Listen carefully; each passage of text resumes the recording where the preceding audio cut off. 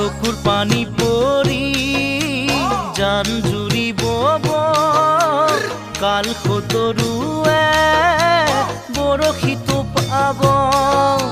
চকুৰ পানী পৰি জান জুৰিব কাল খতৰুৱে বৰশীটো পাব ইয়াতকৈ বেদনা লাগেনে ঐ জানমণি জীৱনত শান্তি নহ'বই কি জানি